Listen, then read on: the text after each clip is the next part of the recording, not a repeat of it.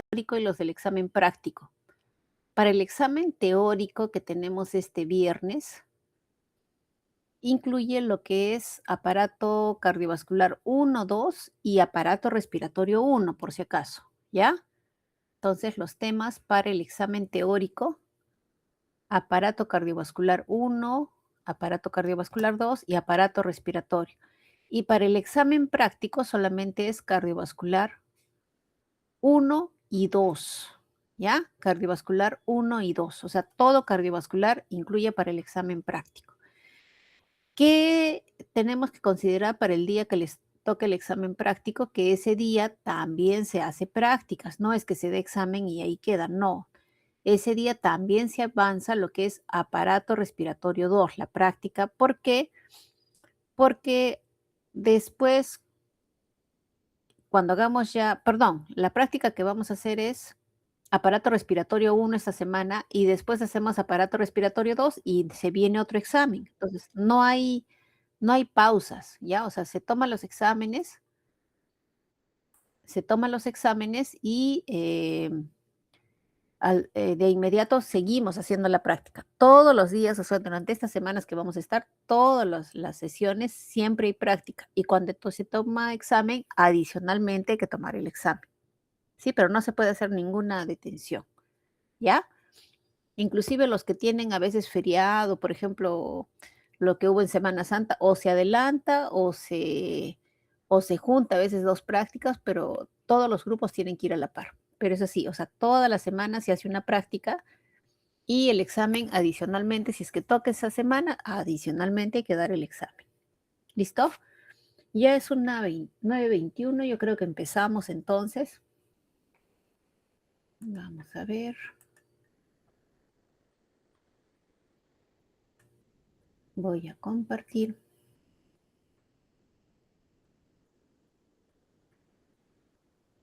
Me avisan si es que alguien quiere ingresar a la sesión, ¿ya?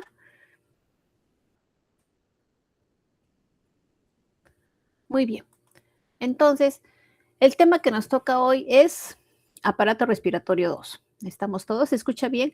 Me avisan porque hoy día he tenido problemas con la señal, entonces me decían que se escuchaba como entrecortado. Por favor, me avisan, ¿ya? Muy bien. Entonces, hoy día hacemos aparato respiratorio 2 porque ya habíamos hecho respiratorio 1 que incluyó hasta tráquea, ¿se acuerdan? Entonces, ahora hacemos lo que corresponde a todo lo que corresponde desde bronquios y pulmones, todo lo que es pulmones, todos los componentes. Entonces, ¿qué podemos decir de los pulmones? De los pulmones podemos decir que estos pulmones son dos y están ubicados dentro de la cavidad torácica, ¿no? Esta cavidad torácica, que a su vez esta cavidad está cubierta hacia su parte interna por la pleura, la pleura. Esta pleura, esta pleura, si es que cubre la cavidad, la parte interna de la cavidad torácica, se llama pleura parietal. Pero si es que envuelve a los pulmones, hace como un repliegue, esta se llama pleura visceral, ¿ya? Entonces, la capa más externa de los pulmones, acá tenemos, miren, la superficie que es como una tela muy finita que cubre la superficie externa de los pulmones, se llama pleura visceral. Y esta hace un repliegue y se adhiere a la caja torácica, es decir, ¿a dónde sería? ¿No? A la parte interna de las costillas, por ejemplo, y los músculos que están en medio de las costillas. Y esa sería la pleura parietal. ¿Por qué es importante considerar estas dos zonas? Porque entre la pleura parietal y la pleura visceral existe un espacio prácticamente virtual que a veces en algunas patologías se llena de líquido, ¿ya? El líquido pleural. Normalmente hay un poquito de líquido ahí que permite que durante los movimientos respiratorios los pulmones no sufran un traumatismo, ¿no? Es como una amortiguación ahí. Pero a veces aumenta demasiado este líquido o se llena de sangre o se llena de un material inflamatorio como un exudado que le llamamos nosotros y eso más bien limita los movimientos de respiración, ¿ya? Entonces, por eso es importante que ustedes conozcan dónde está este líquido pleural que a veces se menciona en el espacio pleural. ¿Quién forma el espacio pleural? La pleura visceral que cubre los pulmones y la pleura parietal que cubre la cavidad interna de la caja torácica. ¿Qué más tenemos de interesante en esta zona de la cavidad torácica? El mediastino, miren acá la flecha en la parte central, ¿no? Que está más o menos relacionada también con la posición del corazón, la tráquea y otros órganos como el esófago. En cuanto a los pulmones, ahora sí ya vamos o no centrándonos a la parte de respiratorio, estos van a presentar a partir de la tráquea bronquios, ¿no? Los bronquios extrapulmonares que difieren histológicamente de los bronquios intrapulmonares. Vamos a tener otras estructuras más pequeñas que son los bronquiolos y los sacos alveolares, eh, conductos alveolares, los alveolos, y acompañando a estos vamos a ver arterias, venas, vasos linfáticos y nervios, ¿sí? Entonces, esa es la estructura más o menos que vamos a estudiar hoy. Este es un resumen muy bonito de lo que es la arquitectura del árbol bronquial. Tal es así que miren cómo nos dice que la tráquea se bifurca, ¿no? Se bifurca en esta zona que se llama la carina, ¿ya? Esta bifurcación entonces se da en la tráquea a nivel de la carina, en bronquio hacia el lado derecho y hacia el lado izquierdo. Esta zona de la bifurcación tiene, miren, una forma como de silla de montar, ¿no? En esta zona de la carina. Y justo ahí donde se forma esta especie de silla de montar es que se divide. Y no solamente ahí, ¿no? Sino que miren cómo también acá, hacia el lado derecho, también se bifurca, ¿no? En lo que vienen a ser los lóbulos pulmonares, ¿ya? Entonces también se va a bifurcar y también va a tener esa forma de carina. Ahora, vamos a tener nosotros bronquios principales, bronquios lobares y bronquios segmentarios, ¿no? Porque se va dividiendo cada vez más. Por ejemplo, los bronquios principales ya hemos dicho, ¿no? Que son lado derecho y lado izquierdo. Y de estos se van a dividir en bronquios lobares. Tres en el lado derecho, ya, tres bronquios lobares, lóbulo superior, medio e inferior, y en el lado izquierdo solamente son dos, superior e inferior. Y estos a su vez se van a dividir en bronquios segmentarios, ¿ya? Cada segmento es importante que lo sepan. ¿Por qué? Porque funcionalmente uno puede diferenciarlos y a veces hay neoplasias que uno tiene que describir en estos segmentos, ¿ya? Entonces, vamos a tener 10 lóbulos en el pulmón derecho y 8 lóbulos claro, de los bronquios segmentarios en el lado izquierdo, ¿ya? Ventilan estos segmentos de forma individual, ¿sí? Entonces es importante saberlo, ¿ya? Repito, entonces, bronquios principales 2, derecho e izquierdo, bronquios lobares 3 en el lado derecho, 2 en el lado izquierdo, y los bronquios segmentarios 10 en el lado derecho y 8 en el lado izquierdo. ¿Está bien? Ahora, ¿dónde se bifurca esto de los bronquios a nivel de la tráquea? Más o menos al nivel de la vértebra T5 en el adulto y a nivel de la vértebra T3 en el recién nacido. Es más o menos la altura en la que nosotros vamos a ver cómo se bifurca. Entonces, habíamos dicho que estos bronquios, si son extrapulmonares, es porque son los que surgen de la tráquea, pero todavía no han ingresado al pulmón. Y los intrapulmonares, su nombre lo dice, ¿no? Es lo que el bronquio que está a continuación de los bronquios extrapulmonares, pero ya ingresó al parénquima pulmonar. Entonces, ¿cómo los diferenciamos? No solamente es por la ubicación, histológicamente nosotros también podemos decir cuál es extrapulmonar o intrapulmonar solamente viendo las características de su pared. Entonces, el extrapulmonar tiene una histología muy similar a la de la tráquea. En cambio, el intrapulmonar tiene una histología diferente, que es la que estamos viendo acá a la mano derecha. Miren, ¿se acuerdan de la tráquea? La tráquea tenía su mucosa, submucosa, cartílago en forma de C, ¿cierto? Y finalmente venía la adventicia. Y en la zona donde no había cartílago, porque es como la forma de una letra C, teníamos la presencia de tejido muscular liso, ¿cierto? Ahora, ahora, en lo que es un bronquio intrapulmonar, miren cómo viene la mucosa, efectivamente sigue siendo el epitelio de tipo respiratorio. También va a tener una submucosa, pero miren cómo acá en la pared aparecen estas sombras, estas líneas rojas que representan tejido muscular liso, ¿ya? Eso no se veía en tráquea ni en bronquio extrapulmonar. en bronquio extrapulmonar solamente hay músculo liso en la pared posterior, donde no hay cartílago, ¿ya? Entonces acá cambia. Acá cambia porque tenemos tejido muscular liso en toda la circunferencia. Y no solo es ese cambio, miren, ustedes ven estos segmentos que corresponden a cartílago hialino. Entonces aquí en el bronquio intrapulmonar, el cartílago ya no es en forma de C, se llama más bien segmentos de cartílago hialino. Entonces ya tenemos dos diferencias, ¿cierto? ¿Sí? Entonces tenemos la presencia de tejido muscular liso en toda la pared y cartílago segmentario. Seguimos. Otro corte, miren acá. Entonces ahora sí vamos a ver en detalle, ¿no? La mucosa, la lámina propia, la submucosa y todas sus capas. La mucosa, ya hemos dicho que está constituida por el mismo epitelio que estaba en la tráquea, es decir, el epitelio de tipo respiratorio. Ustedes ya saben que si decimos respiratorio es porque es el epitelio pseudoestratificado, cilíndrico, ciliado, con células caliciformes. El detalle es que aquí va perdiendo altura a medida que se aleja del hilio pulmonar. ¿Qué es el hilio pulmonar? La zona donde el bronquio extrapulmonar ingresa al pulmón junto con su arteria y con su vena. ¿Ya? Entonces el epitelio va perdiendo altura hasta que poco a poco se va convirtiendo en cilíndrico simple, en cúbico, ¿ya? Y hasta finalmente ser un epitelio plano a nivel de los alvéolos.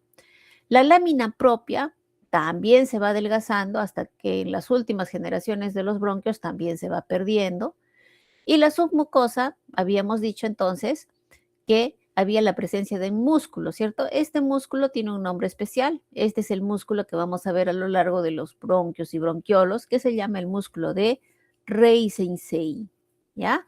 Y que es de configuración concéntrica a la luz. Por eso es que nosotros lo vamos a ver en cortes longitudinales. Seguimos. Miren acá nuevamente los detalles. Entonces estamos viendo acá la mucosa con epitelio de tipo respiratorio, la lámina propia, que es este tejido conectivo que va a nutrir este epitelio. Este es nuestro músculo de Reisensei, ¿sí? Que está más abajo en la submucosa.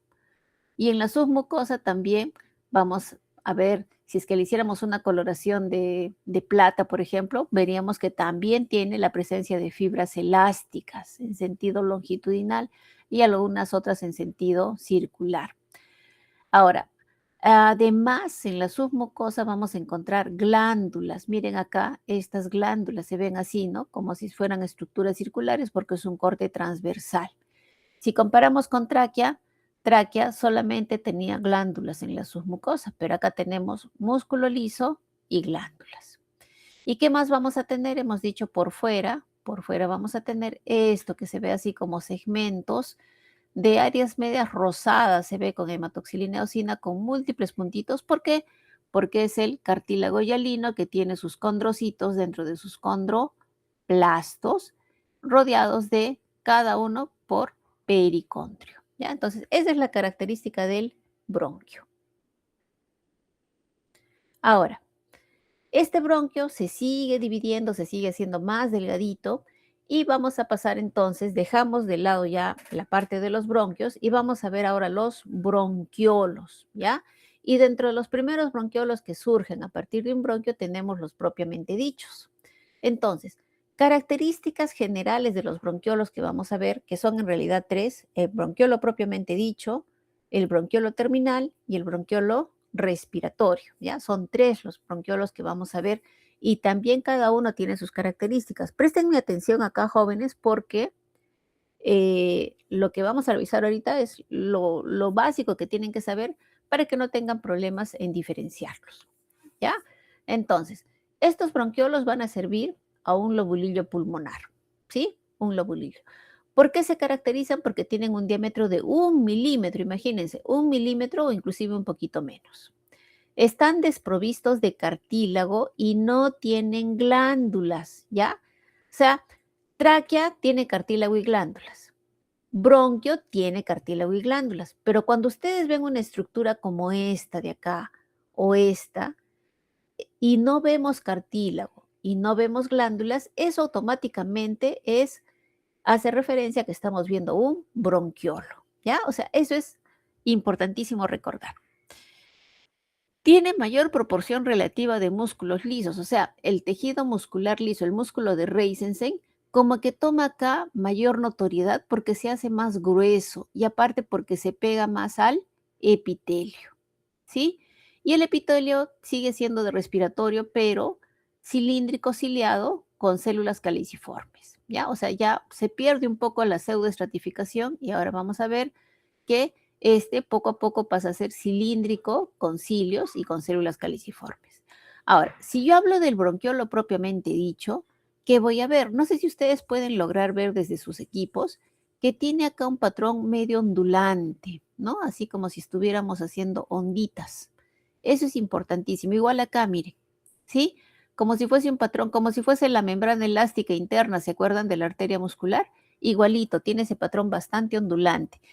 Si es que yo veo entonces una estructura que tiene una luz así ondulante, que no tiene cartílago, que no tiene glándulas, y lo único que veo alrededor de esta luz es tejido muscular liso, eso, sin dudar, jóvenes, eso es un bronquiolo propiamente dicho. ¿Listo? Ahora, existe otro que le sigue al bronquiolo propiamente dicho, que es el bronquiolo terminal. Terminal, ¿por qué? Porque son las últimas ramificaciones de los bronquiolos propiamente dichos y se forman todavía en el interior de los lobulillos pulmonares. ¿Qué es un lobulillo pulmonar? Es una estructura que tiene una forma piramidal. Acá está, miren.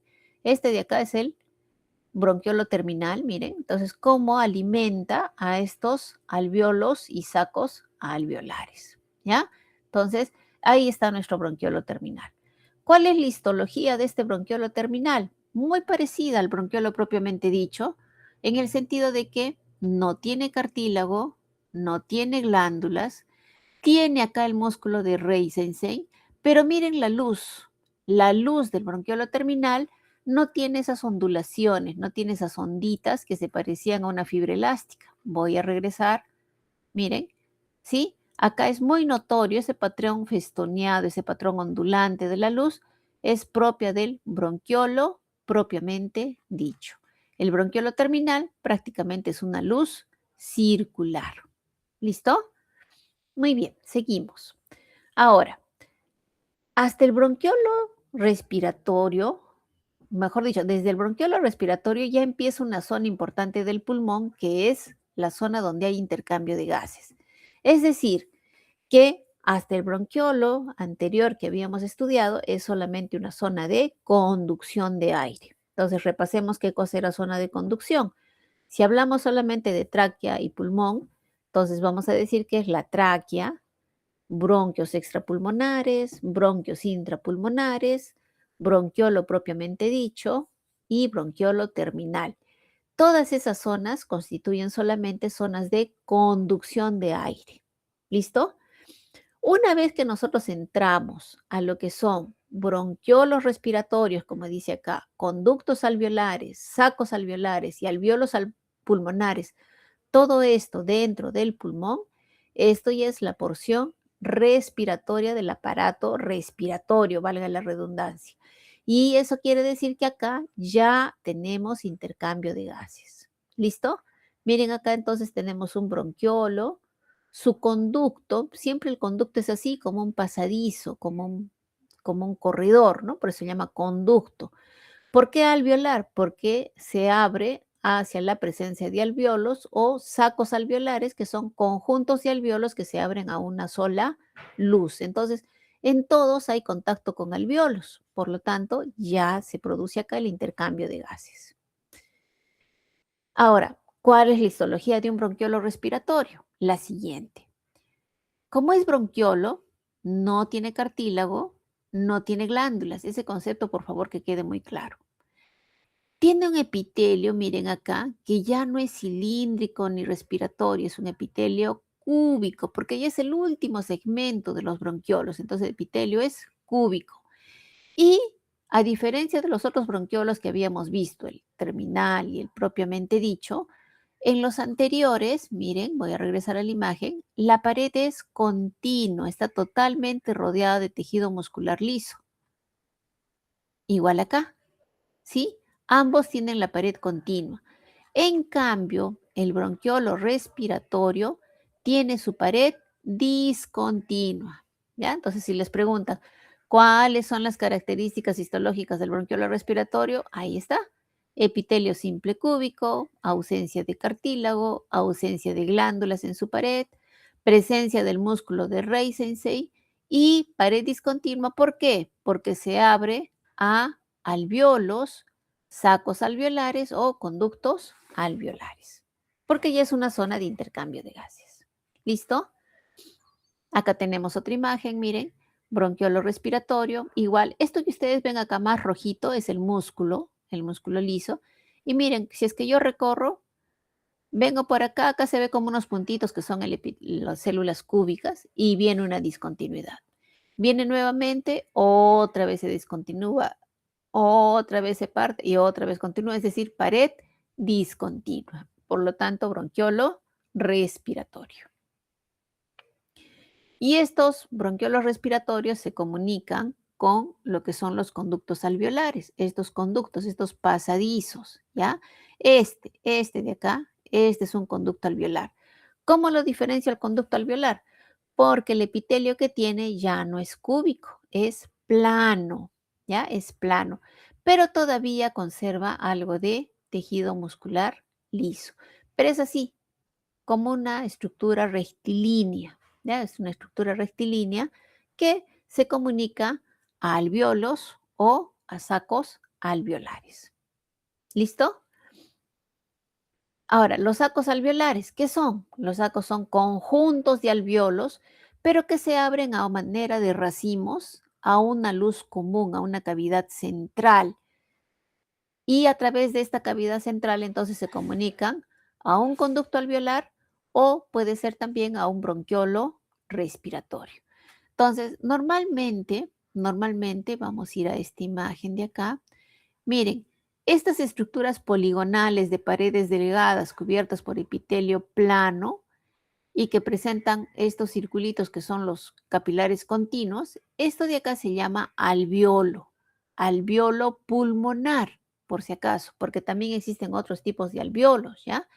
Entonces, esto de acá es alveolo pulmonar. En el examen, mucho cuidado, porque solamente ponen alveolo y no les hacen valer la respuesta. ¿Ya? Entonces, miren la forma, es como si fuese un polígono. En cambio, acá, miren, esto de acá parece como una palomita de maíz, igual que acá, ¿no? Son muchas lobulaciones, pero todas con epitelio simple plano y la presencia de estos capilares. Entonces, estas estructuras que están formadas por varios alveolos que se abren a una luz, esos son los sacos alveolares. ¿Listo? Entonces acá si me preguntan, ¿qué estructura señala el puntero? Saco alveolar. ¿Qué estructura señala el puntero? Saco alveolar, como una típica palomita de maíz. ¿Hasta aquí estamos bien, chicos? ¿Sí? A ver, asumiré que sí. Ahora, hemos dicho que estos sacos alveolares están constituidos por alveolos. Miren, acá tenemos un alveolo, ¿sí? Esta es la pared del alveolo. Más o menos son 300 millones de alveolos, donde entonces se va a realizar el intercambio gaseoso, ¿no? ¿Qué son estos alveolos? Son evaginaciones en forma de saco que se encuentran en las paredes de los bronquiolos respiratorios, en las paredes de los conductos alveolares y forman los sacos alveolares. ¿Qué forma tienen? Forma hexagonal o poliédrica, ¿ya? Forma hexagonal o poliédrica. Este es un alveolo. Esto no, mire, esto de acá es un saco alveolar, muy ondulante. Entonces, ¿por qué es importante los alvéolos pulmonares? Porque acá se realiza el intercambio de gases. Entonces, para que se pueda realizar el intercambio de gases, nosotros necesitamos una célula muy importante, que es el neumocito de tipo 1, ¿ya? Y este neumocito de tipo 1, ¿cómo es? Es una célula epitelial de forma plana, ¿ya? Entonces, ¿dónde se ubican estos neumocitos de tipo 1? En los tabiques interalveolares. Es decir, si yo tengo acá un alveolo y tengo acá otro alveolo, acá se van a localizar en este tabique interalveolar. Es un tabique que está entre dos alveolos. Entonces, los neumocitos de tipo 1 van a estar tapizando la luz de este alveolo. Y acá vamos a tener otros en este lado. A ver, un ratito, vamos a ver, creo que algunos de sus compañeros quieren entrar a la sesión. A ver, admitir.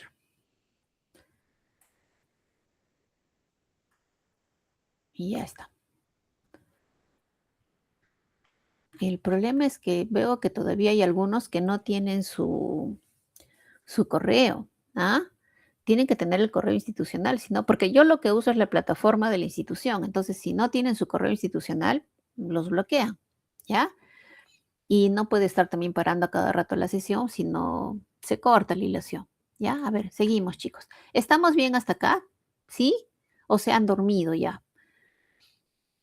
¿Cómo vamos? A ver, ¿sí vamos bien? Ya, Luciana, Xiomara, ¿no? Venga, Camila, ¿sí? Ya, por ahí veo que todavía están despiertos. Estoy tratando de hacerlo lo más didáctico posible, chicos, ¿ya? A ver, seguimos. Vamos a seguir para no pasarnos de la hora, porque yo entiendo que el horario para ustedes es pesado. A ver, seguimos. Muy bien. Entonces, habíamos dicho que los alvéolos, entonces, están tapizados por neumocitos de tipo 1, que son células epiteliales de forma plana. Por lo tanto, los núcleos de estas células las vamos a ver así, alargados, ¿ya? Entonces, están tapizando. Entonces, vamos a tener neumocitos hacia este lado, hacia este alvéolo, y otros neumocitos hacia este lado. Pero en medio del tabique hay tejido conectivo, ¿ya? En medio de este tabique. Y no solo eso, miren acá, hay unas estructuras bien delgaditas, con hematíes en el interior. ¿Cómo se llaman estas estructuras que están dentro del tabique? Son capilares sanguíneos. Y son unos capilares sanguíneos que permiten la difusión de gases. Por lo tanto, ¿qué se llaman estos capilares? Capilares de tipo continuo. Tienen que ser los continuos porque no necesitamos el paso de moléculas grandes, ¿cierto? Lo único que necesitamos acá es la difusión de gases. Entonces, ¿cómo se llaman estos capilares? Continuos, ¿ya? Continuos. Seguimos. Entonces, los capilares hemos dicho, miren acá, este es un tabique, este es otro tabique. ¿Qué es el tabique? El tejido que está separando a dos alvéolos, ¿ya? Entonces, hemos dicho neumocitos tapizando esta superficie y neumocitos tapizando también esta superficie, ¿ya? Entonces, hacia acá, estos orificios, estos redonditos que estamos viendo son los capilares sanguíneos, adosados a una de las caras laterales del tabique, ¿ya? Es decir, si yo veo acá un capilar sanguíneo pegado hacia la luz de este alvéolo, quiere decir que está alejada de la pared del el alvéolo vecino, ¿sí? No pueden estar los alvéolos expuestos a ambos alvéolos, solamente se pega hacia uno de los lados. ¿Por qué? Porque se pega a uno de los neumocitos de tipo 1. ¿Por qué es importante que haya esta fusión, esta unión entre el neumocito de tipo 1 y el capilar sanguíneo? Porque en, en base a sus paredes, ¿ya? En base a la pared del neumocito 1 y en base a la célula endotelial del capilar sanguíneo, recuerden que el capilar sanguíneo, ¿cuántos componentes tiene? Era endotelio y membrana basal, ¿cierto? Y si es que es continuo, endotelio y membrana basal continuos. Entonces, ambas células, neumocito de tipo 1 que se encuentra acá en la luz de este alvéolo, con el capilar sanguíneo que tiene también su célula endotelial, entre ambos forman la barrera aire-sangre, importantísima. Es una de las barreras importantísimas de nuestro organismo. ¿Listo? Entonces, creo que tenemos acá otra imagen. A ver, este es lo que resume más o menos, ¿no? Lo que apreciamos acá, por ejemplo, dice los conductos alveolares con asterisco, que son estos alargaditos, ¿no? Estos alargaditos, los conductos, los alvéolos pulmonares, que estamos viendo estos de acá. Recuerden que este es un corte magnificado, por eso que los vemos más grandecitos. Esto de acá que se ve como un límite, que es la pleura, ¿ya? La pleura. Y además estamos viendo, dice, Ah, ya, y los tabiques, ¿no? Los tabiques que son estos, los tabiques interalveolares. ¿Sí? Muy bien. Acá otro corte, miren acá cómo se ve el reforzamiento de la pared del bronquiolo, pero vemos que la pared está discontinua, ¿cierto? Entonces, ¿qué tipo de bronquiolo sería este que tiene pared discontinua? ¿Quién me ayuda? Bronquiolo que tiene pared discontinua, ¿cómo se llama?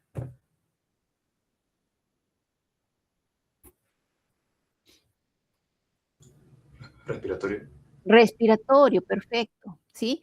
Miren la diferencia con esta estructura. Miren, acá yo veo un refuerzo, ¿sí? Se ve como más rosadito por la presencia del músculo y la pared discontinua. Miren esta estructura. Toda la pared es delgadita porque solo tiene epitelio plano, ya no se ve mucho el músculo acá y se ve como una línea recta la luz, ¿verdad? Esto de acá entonces son los conductos alveolares. ¿Listo? Entonces, eso a veces tenemos un poquito de problema. Acá se ve mucho mejor, ¿no?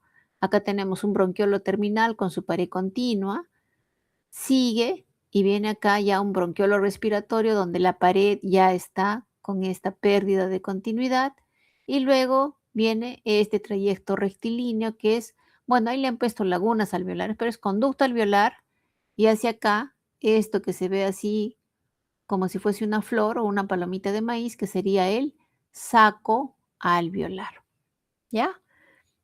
Eso lo vamos a ver muy bien en práctica. Acá, este, por ejemplo, miren, esa forma, ¿no? Media, como si fuese una flor, una margarita o algo así, ¿no? Es decir, tenemos acá un centro y miren acá un alveolo, otro alveolo y otro alveolo y otro alveolo, pero que se abren a una luz común. No es como este. Este de acá sí tiene forma hexagonal, pequeño, ¿no? Este sí es un alveolo pulmonar. En cambio, esto de acá, que confluye a una sola luz, esto es saco alveolar. Lo mismo, ¿ya? Lo mismo. Acá, acá tenemos el epitelio cúbico, pero miren qué pasó acá. Está el epitelio y está esto rosadito que es el músculo. Y acá se pierde, ¿no? Se pierde la pared. Por lo tanto, esto es bronquiolo respiratorio. Ahora, habíamos mencionado que en los alvéolos hay tipos de células, ¿cierto? Ya hemos mencionado, por ejemplo, que tenemos al neumocito tipo 1, ya hemos dicho que son células epiteliales planas que revisten el alvéolo, esa es una de sus funciones, ¿ya? Son muy delgaditas, 0.2 micrómetros de espesor, imagínense lo delgaditas que son. Núcleo aplanado, porque claro, son células de forma plana, pero como son aplanadas, el núcleo hace prominencia hacia la luz del alvéolo, porque son sumamente delgaditas. Los bordes celulares, los bordes están estrechamente unidos por desmosomas, porque son células de tipo epitelial, ¿ya? Se unen entonces por desmosomas a sus células vecinas. Por lo tanto, se evita la salida de linfa al intersticio, ¿ya? Que podría, ¿por qué no debería salir líquido a través de estas células hacia la luz del alvéolo? Porque se podría bloquear la luz, ¿no? O sea, ¿cómo vamos a respirar si vamos a tener líquido en los alvéolos? Eso es patológico. Entonces, ¿por qué no pasa líquido del tejido intersticial que está en los tabiques? Porque estas células están estrechamente unidas por desmosomas. Y además presentan unas microvellosidades cortas en la superficie libre, ¿ya? Y retículo endoplásmico escaso. Ese es ya en cuanto a su microestructura, su ultraestructura de estas células. Entonces, recordemos, neumocitos de tipo 1, células epiteliales planas, estrechamente unidas entre sí a través de desmosomas, que evitan el paso de fluidos hacia la luz alveolar. Dentro de eso es el líquido intersticial. Otra célula importante en la pared de los alvéolos y de los tabiques son las células endoteliales, muy parecidas a los neumocitos de tipo 1, muy similares, solo que estas se encuentran formando parte de los capilares sanguíneos, ¿ya? Entonces, estas células endoteliales que revisten la pared interna de los capilares, ¿no?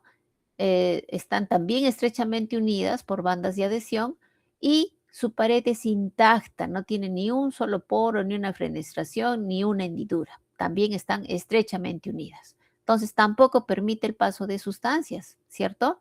Entonces, por un lado tenemos esta gran seguridad que tenemos a nivel de los neumocitos 1 y también tenemos otra puerta segura a nivel de las células endoteliales que impiden el flujo de moléculas grandes y de fluidos.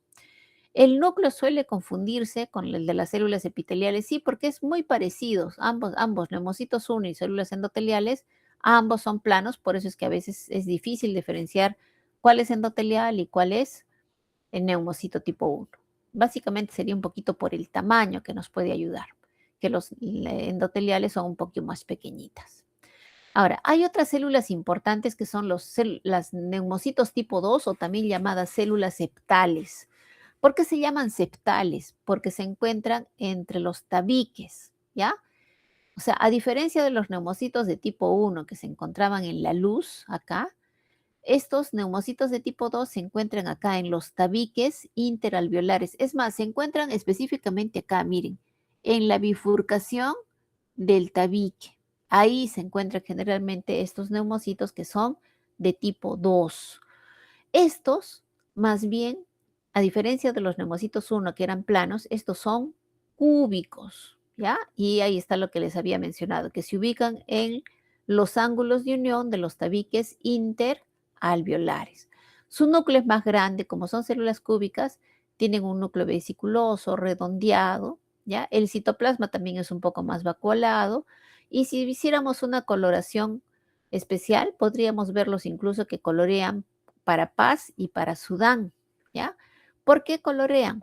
Porque estas células tienen unos cuerpos lamelares, ¿ya? Unos cuerpos lamelares con la presencia de fosfolípidos. ¿Por qué tienen estos fosfolípidos? Estos fosfolípidos, por eso es que como son lípidos, pigmentan con Sudán 3. ¿Por qué? Porque estas células, su función principal es la de fabricar o producir la sustancia surfactante. ¿Para qué me sirve la sustancia surfactante? Me sirve porque es una cubierta lipoproteica, porque tiene fosfolípidos, entonces lipoproteica, que protege la superficie del alveolo, ¿ya? Entonces, si es que se produce esta sustancia surfactante, el alveolo no colapsa, el alveolo más bien se abre cuando nace el recién nacido, entonces permite que se mantenga abierto, así como un globito abierto. Si no existiera esta sustancia surfactante, el alveolo colapsa y el recién nacido no puede respirar. ¿Cuándo sucede esto? Por ejemplo, en los prematuros, ¿no? En los prematuros en los que todavía no se forma bien la sustancia surfactante, tienen este problema y hay que usar medicamentos y colocarle oxígeno porque el pulmón todavía no tiene esta sustancia surfactante. ¿Quién la produce? Neumocitos de tipo 2, ¿ya? Entonces, repito, ¿qué es? Es una cubierta lipoproteica que protege la superficie del epitelio alveolar y evita su colapso. Por eso dice acá, aparecen en el feto maduro. Claro, mientras está en el vientre se llama feto, ¿sí? Y recién a las 34 semanas es que empieza a madurar el pulmón, ¿sí? Madurar en el sentido no de que le falte formarse algo, sino que tiene que formar esta sustancia surfactante. ¿Listo? ¿Con qué las vemos estos cuerpos lamelares, estos fosfolípidos? Con coloración de Paz y Sudán 3. ¿Ya? Muy bien. Y la última célula importante son los macrófagos alveolares. Los macrófagos alveolares, así le tienen que poner. No solamente es un macrófago alveolar que se encuentra, puede ser en la luz del alveolo, puede ser en el tabique, ¿ya? Está ahí cumpliendo su función, la que cumple generalmente los macrófagos, que es fagocitar sustancias extrañas, ¿cierto? ¿Ya? Pero este es móvil, digamos que migra hacia la luz, fagocita la partícula extraña, vuelve al tabique y de ahí hacia el torrente sanguíneo para eliminar justamente la sustancia que le ha parecido que es extraña, ¿ya?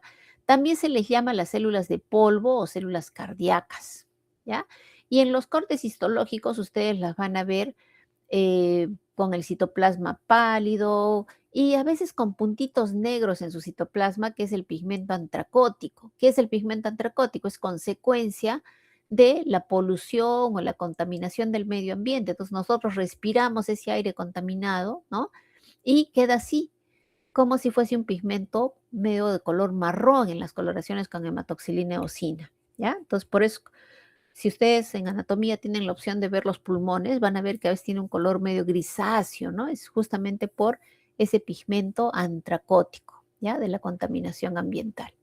Acá vemos ahora sí un corte histológico, ¿ya? Miren, este es un corte histológico. Este de acá, esta es la luz del alveolo, ¿ya? Este espacio en blanco es la luz del alveolo. Este es el tabique, todo este es el tabique. Acá tenemos la luz de otro alveolo, este es otro alveolo, acá otro alveolo y acá otro. Miren cómo en la luz de este alveolo vemos estas células. Es como si estuvieran flotando, ¿no? Núcleo un poco redondeado, acá un poquito arriñonado y citoplasma no bien definido. ¿Cómo se llama esta célula? Alveolo pulmonar. ¿Listo? Ahora, me voy a la zona del tabique. Miren, tengo una célula que está en el tabique y tiene el núcleo alargado y está hacia la luz del alveolo. ¿Cómo se llamará esta célula? ¿Qué se llamará? A ver, ¿quién me ayuda? A ver, ¿cómo se llama? Núcleo Neu- planado. Neumocito 1. Perfecto, muy bien. Neumocito tipo 1. En cambio, miren acá donde se bifurca un poquito el tabique y vemos una célula que tiene un núcleo más bien redondeado con la cromatina granular que se llama de tipo vesiculosa. ¿Qué se llamará esta célula? Otro voluntario. ¿Qué será? Neumocito tipo 2. Perfecto, muy bien, chicos.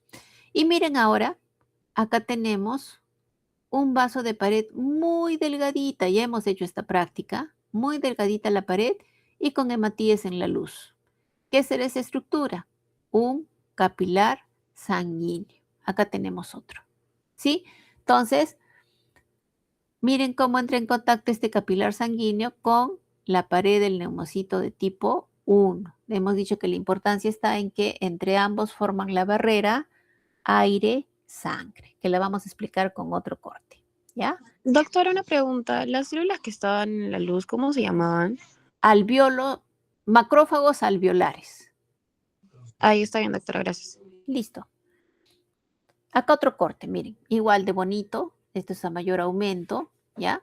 Entonces, tabique interalveolar, luz de un alveolo, acá tenemos un saco alveolar, otro saco alveolar. Miren esta célula, está flotando en la luz. ¿Cómo se llamará esta célula que está en la luz del alveolo? Macrófago alveolar. Igual que esta, ¿cierto? Igualita. Ahora miren acá cómo tenemos el tabique interalveolar y acá un núcleo de forma alargada. ¿Cómo se llamará esta célula?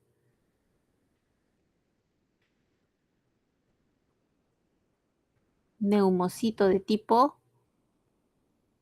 núcleo alargado. 1. 1, perfecto. Y acá tenemos otra, mire, que está dentro del tabique y que tiene más bien el núcleo medio redondo con cromatina granular. ¿Cómo se llamará esta célula? Neumocito tipo 2. Ahora sí, perfecto. Entonces ya estamos reconociendo casi todas, ¿no? Y vemos estas estructuras, miren, de paredes muy delgaditas que viene a ser un capilar sanguíneo. Varios capilares sanguíneos. Ahora sí, si ustedes observan todos los tabiques, van a ver estas estructuras de pared muy delgadita que son los capilares sanguíneos de tipo continuo, no se olviden, ¿ya? Continuo. Entonces, miren cómo este neumocito con este capilar sanguíneo formarían entonces, ¿qué? La barrera aire-sangre. ¿Cómo, ¿Cómo es que va esto? Acá está, otra vez, el tabique, los neumocitos y miren ahí los capilares sanguíneos, ¿ya? Entonces, este corte quiero mostrarles, ¿ya? Esto, miren. Tenemos ahí entonces nuestra barrera aire-sangre. Los esquemas siempre ayudan muchísimo, jóvenes. Miren, aquí en rosadito estamos viendo la pared del neumocito de tipo 1, ¿ya? Esto que dice neumocito tipo 2 ni lo vean porque no es el objetivo de esta lámina. Lo que quiero que vean es neumocito de tipo 1 con su núcleo alargado y su citoplasma rosadito, ¿ya? Miren acá cómo está el capilar sanguíneo con su célula endotelial que también es plana igualita al neumocito tipo 1, solo que este de acá está cubriendo la superficie del capilar. Entonces, esta de acá se llama célula endotelial con citoplasma de color rojo y neumocito de tipo 1 con citoplasma rosadito, ¿ya? Una célula plana que está hacia la luz de este alveolo y una célula endotelial que está hacia la luz del capilar sanguíneo. Miren cómo acá en color amarillito está el tejido conectivo que sostiene a ambas células en el tabique interalveolar. Entonces, miren, cuando ingresa el aire que nosotros respiramos, tiene oxígeno, ¿cierto? Y este oxígeno tiene que atravesar la pared del neumocito 1, el tabique que está en medio de las dos células o el tejido conectivo interpuesto, tejido común interpuesto, y tiene que atravesar la pared de la célula endotelial y llegar al capilar sanguíneo. ¿Y quién va a estar acá en el capilar sanguíneo? Miren acá este capilar. ¿Qué célula? El hematíe. ¿Y qué tiene el hematíe? El hematíe tiene el grupo hemo, ¿cierto? Y en este grupo hemo entonces él transporta CO2 hacia los pulmones. Entonces se hace el intercambio. El oxígeno hemos dicho que atraviesa y pasa pared de neumocito 1, tabique común interpuesto y la célula endotelial. Llega al hematíe, entonces intercambia CO2 por oxígeno. Entonces el CO2 hace el camino inverso. Atraviesa la célula endotelial, el tabique de tejido conectivo común, el neumocito 1, llega a la luz del alveolo y nosotros expiramos ese aire y se va de nuestro cuerpo el CO2. ¿Sí? Entonces, estos son los componentes importantes de la barrera aire-sangre, ¿ya? Que lo hemos visto acá, ¿no? Que lo hemos visto acá en esto, ¿sí? Entonces, es lo mismo, ¿ya? Sino que ese esquema nos ayuda más. Entonces, ¿qué estructura tenemos acá? La barrera aire-sangre. ¿Listo? ¿Se entendió? ¿Sí? Es importante que entendamos esto de la barrera aire-sangre, ¿ya? Entonces acá dice, la barrera aire-sangre solo se encuentra en uno de los lados del capilar sanguíneo, ¿ya? Están estrechamente adosadas la célula endotelial del capilar con el neumocito del alveolo y entre estas dos células se encuentra una delgada membrana basal común para ambas células, que es el tejido amarillito, ¿ya? Ahora, no sé si miran además un detalle importante. Acá, miren, hay como una línea, ¿verdad? ¿Qué viene a hacer eso? El surfactante. ¿Quién produce el surfactante? El neumocito de tipo 2. Lo que sí no tienen que hacer caso a este esquema es la posición del neumocito tipo 2, ¿cierto? ¿Por qué está mal este esquema del neumocito de tipo 2? ¿Alguien me puede decir? Siendo críticos del dibujo.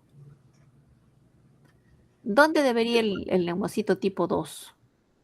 Doctora, Sí, el neumocito tipo 2 no debería estar en la bifurcación del tabique. exacto, y acá lo han graficado en la luz, ¿no? Entonces está mal, porque el neumocito nunca toca la luz. El único que va hacia la luz es el neumocito tipo 1. Muy bien, perfecto. Vaya, sí me están escuchando. Pensé que se me estaban durmiendo por ahí. Y bueno, y vamos ahora con esto de acá, los vasos sanguíneos, ¿ya? Estos vasos sanguíneos. Es importante acá que recordemos que hay un sistema funcional y un sistema nutricio, ¿ya? Entonces, el sistema funcional es el que funciona a través de la arteria pulmonar y sus ramas. ¿Por qué es funcional? Porque lleva sangre venosa. Y la sangre venosa, recuerden ustedes que lleva sangre que no tiene mucho oxígeno, ¿cierto? ¿Ya? Entonces, con una presión equivalente más o menos a un sexto de la presión arterial de la aorta. En cambio, el sistema nutricio, el sistema vascular nutricio del pulmón, está dado por las arterias bronquiales, que son ramas de la aorta. Por lo tanto, esto sí conduce sangre oxigenada del sistema arterial, ¿sí? Entonces, tenemos dos sistemas de flujo vascular en el pulmón. Es lo que tienen que recordar. Uno, a través de la arteria pulmonar, que es funcional porque lleva sangre venosa, y otro, a través de las arterias bronquiales, que es el que nutre, el que da el oxígeno necesario al pulmón, pero que deriva de las ramas de la arteria aorta y lleva sangre oxigenada, ¿ya? Entonces, la arteria pulmonar es de tipo tiene su pared elástica, ¿no? En su recorrido extrapulmonar ingresa con el árbol bronquial, es decir, a nivel del ilio, ¿ya? Conserva más o menos esa estructura elástica que tienen eh, algunos vasos arteriales, ¿ya? Hasta el nivel de las arteriolas, y de ahí recién va cambiando a arteria de tipo muscular, ¿sí? Esta arteria pulmonar. Ahora, las arteriolas, es como que se va haciendo más pequeñita, ¿no? Más pequeñita, más pequeñita. Todo lo que hemos visto en cardiovascular, ¿sí? Desde arteria de gran calibre, mediano calibre, y mediano calibre sería la muscular, ¿no? Hasta que tenemos las arteriolas, ¿sí? Y, y va recorriendo así junto con el árbol bronquial. Entonces, va a recorrer a los bronquiolos, tanto terminales como respiratorios, igualito se va ramificando, va llegando hasta el último, hasta que llega a los conductos alveolares, ¿ya? Donde su diámetro es, miren, más pequeñito, ¿sí? Y finalmente llegan estas ramas y dan origen a los capilares sanguíneos. ¿Y qué capilares sanguíneos hemos dicho? Los de tipo continuo. Y se distribuyen en las paredes de alveolos y es ahí donde se forma la barrera aire-sangre. ¿Ya? Entonces, desde una arteria pulmonar que es de tipo elástica, vamos después ramificándonos en todo el árbol bronquial que hemos descrito, arterias de mediano calibre, arteriolas y finalmente los capilares sanguíneos a nivel de los alveolos. La barrera aire-sangre, que ya hemos dicho que es una estructura muy delicada, muy importante en nuestro organismo, miren el grosor de 3 a 0.5 micrómetros, sumamente delgadita, ¿ya? Está constituida por dos capas y hemos puesto, lo estoy repitiendo porque es importante, ¿ya? Neumocito de tipo 1, la célula endotelial del capilar sanguíneo y la lámina basal común interpuesta entre ambas células, ¿sí? Ahora, la cara externa del neumocito de tipo 1 que está en contacto con el aire alveolar está cubierta por las lipoproteínas, ¿no? Por el factor surfactante que produce el neumocito de tipo 2. ¿Qué hace este factor surfactante? Entonces, reduce la tensión superficial de los alveolos, evitando que se colapsen. Imagínense que tomamos aire, inspiramos, ¿no? Lo expulsamos de nuestro organismo y se colapsa y no se vuelve a abrir, ¿no? Entonces, eso felizmente no pasa. ¿Por qué? Porque tenemos el factor surfactante. Es decir, el factor surfactante no solamente es importante para el recién nacido, el factor surfactante es inclusive importante para nosotros adultos, porque si no se colapsaría y tendríamos mayor esfuerzo para poder respirar. Y esto es importante que lo recuerden, porque hay enfermedades que ustedes van a ver después, ¿no? A posterior, en los que falla este sistema y cuando la persona toma aire, una de dos, o el alveolo se queda dilatado, ¿ya? O se colapsa y es bien difícil abrirlo, ¿ya? Entonces, este es el mecanismo que nos explica la función normal y nos va a hacer entender cómo hay patologías que alteran este ingreso y salida del aire y por lo tanto esta barrera aire-sangre, ¿ya? Recuerden que el capilar que está aquí es continuo, no tiene poros y el transporte se hace de forma pasiva, ¿ya? Porque es difusión de gases. Y esto ya lo habíamos visto. Y ahora vamos con las arterias bronquiales, ¿no? Las arterias bronquiales que sí llevan sangre oxigenada a todo el árbol bronquial. Es lo maravilloso del pulmón, ¿no? Cómo puede tener una doble circulación vascular arterial. Entonces, igual que las arterias sistémicas, ¿no? Nacen de la aorta, emiten algunas ramas colaterales que inclusive van hacia el esófago, el mediastino, pero estas alcanzan el hilio pulmonar, igual siguen el trayecto a través de los bronquios intrapulmonares, ¿ya? Entonces van dando ramas, más y más ramas, hasta llegar al último extremo, lo más alejado del pulmón, que es la zona que está cubierta por la pleura visceral. Así es como se va distribuyendo, ¿no? Dentro de los pulmones se van ramificando, se van anastomosando y ahí forman una red peribronquial, ¿ya? Entonces, pero la idea acá que tenemos que llevar es que estas arterias bronquiales llevan sangre oxigenada. O sea, estas de acá no tienen que ver con la barrera aire-sangre, ¿sí? Porque ya están llevando sangre oxigenada. ¿Alguien quiere participar o por qué ha sonado esto? Ya. Y bueno, ya estamos contra la hora. Vamos ahora a la circulación venosa a través de venas pulmonares y venas bronquiales, ¿sí? las venas pulmonares que conducen sangre oxigenada y bueno, las venas bronquiales que son la contraparte de las arterias bronquiales. Entre ambas también suele haber anastomosis, ya eso sí hay que tomarlo en cuenta. Entonces la sangre de cada lobulillo pulmonar finalmente es drenada por una vénula que tiene origen en los capilares alveolares, van discurriendo por los tabiques interlobulillares, alejadas de los bronquiolos, y van confluyendo progresivamente hacia una sola vena que va a emerger de cada lóbulo, dos venas finalmente por cada pulmón. ¿Ya? Es como que va en retroceso. Y bueno, finalmente tenemos entonces nuestra pleura. La pleura, hemos dicho al inicio, ¿no? Miren cómo acá se ve en color verde claro la pleura visceral y en color verde oscuro la pleura parietal, ¿no? La que cubría la caja torácica. Y ambas delimitan una zona que está lubricada por el líquido pleural. Ahora, estas pleuras, ¿se acuerdan ustedes cuando hablábamos del epicardio? El epicardio tenía una cubierta que eran células mesoteliales, ¿cierto? ¿Cómo son las células mesoteliales? Son células epiteliales de forma plana. Acá también vamos a tener las mismas células mesoteliales, que son células epiteliales planas, pero como cubren una superficie externa, por eso ahora se llama mesotelio, ¿sí? Ese concepto también tiene que estar claro ya, jóvenes. Cuando hablamos de una superficie interna que está cubierta por células endoteliales, eso se llama endotelio, ¿ya? Cuando son células epiteliales planas que cubren una superficie interna, por ejemplo, los vasos sanguíneos, la cavidad interna del corazón, eso se llama endotelio.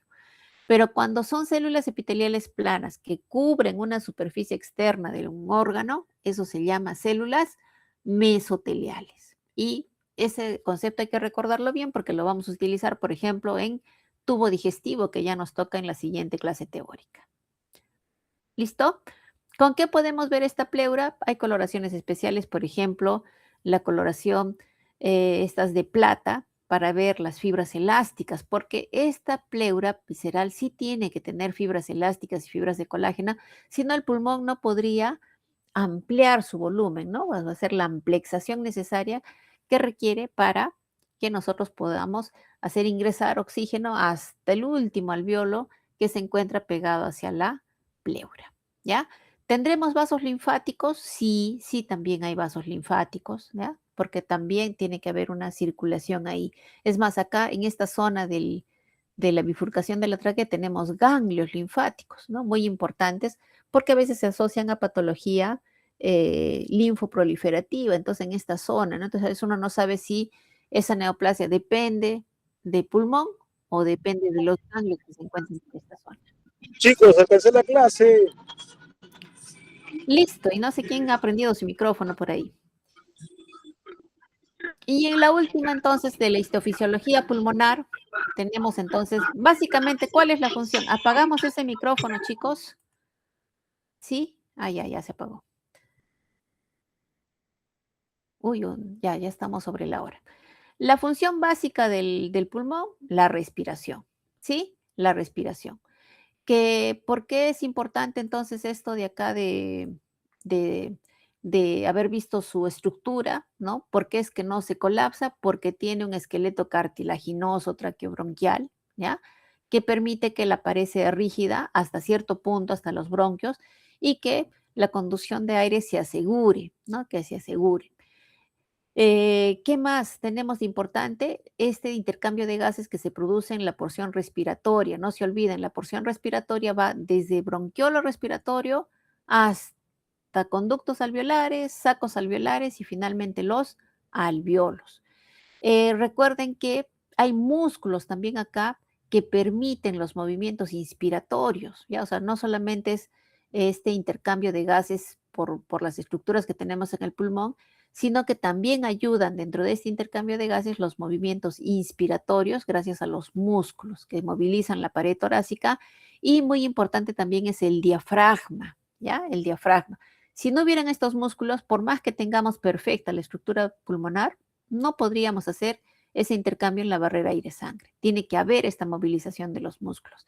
Y otro detalle importante es la elasticidad del parénquima pulmonar y de los bronquios, ¿ya?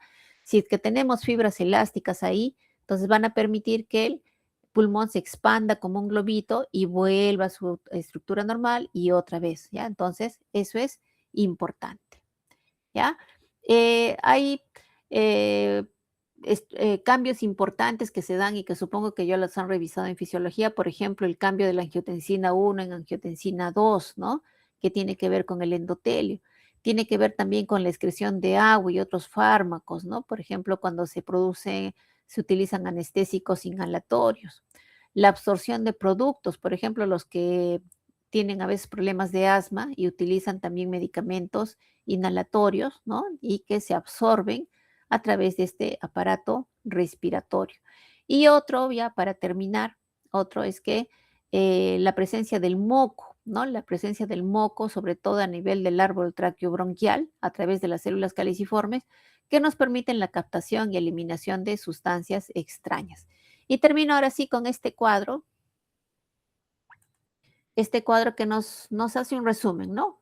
La mecánica respiratoria, el intercambio de sustancias, no solamente el intercambio de oxígeno que se da, sino la absorción de productos volátiles, la excreción de vapores, de aguas, de alcohol, de éter, la defensa inmunológica que tiene el pulmón a través del sistema mucociliar y la regulación de endocrina, ¿no? Este cuadrito es importante, este sí, revísenlo bien y guárdenlo en su memoria, a través de la conversión que se da de angiotensina 1, angiotensina 2 para el control de la presión arterial, que va también relacionado con, vamos a ver después, el aparato renal. Y listo, chicos. Tomo lista rapidito y ya si les voy tomando lista pueden ir abandonando la sesión. Más bien, por favor, necesito que se quede el grupo 1-4, ¿ya? El 1-4, por favor, se queda.